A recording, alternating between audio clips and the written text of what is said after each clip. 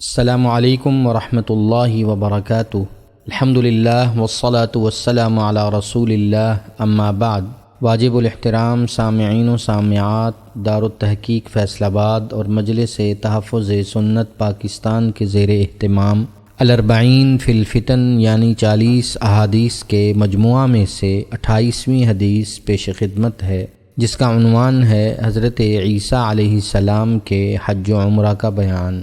عن ابی ہریرہ رضی اللہ عنہ عن النبی صلی اللہ علیہ وسلم قال والذی نفسی بیدہ لیہلن ابن مریم بفج الروحاء حاجا او معتمرا او لیثنینہما۔ حضرت ابو ہریرہ رضی اللہ عنہ سے روایت ہے کہ نبی کریم صلی اللہ علیہ وسلم نے ارشاد فرمایا، قسم ہے اس ذات کی جس کے قبضہ قدرت میں میری جان ہے، ابن مریم علیہ السلام فج الروحاء نامی جگہ میں حج یا عمرہ یا دونوں کا تلبیہ پڑھیں گے۔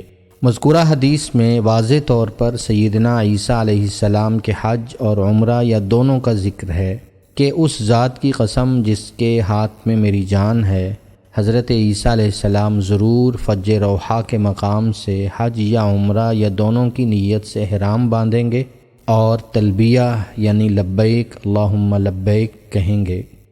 لبیک اللہم لبیک لبیک لا شریک لک لبیک ان الحمد والنعمت لک والملک لا شریک لک۔ لبیک اللہم لبیک لبیک لا شریک لک لبیک ان الحمد والنعمت لک والملک لا شریک لک۔ لبیک اللہم لبیک۔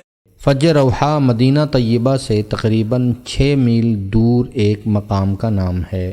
اس حدیث سے معلوم ہوتا ہے کہ سیدنا حضرت عیسیٰ علیہ السلام حج اور عمرہ فرمائیں گے، مکہ مکرمہ اور مدینہ طیبہ تشریف لائیں گے۔ اللہ جل شانہ ہم سب کو تمام فتنوں سے محفوظ فرمائے اور دین کے غلبہ کے لیے قبول فرمائے، آمین یا رب العالمین۔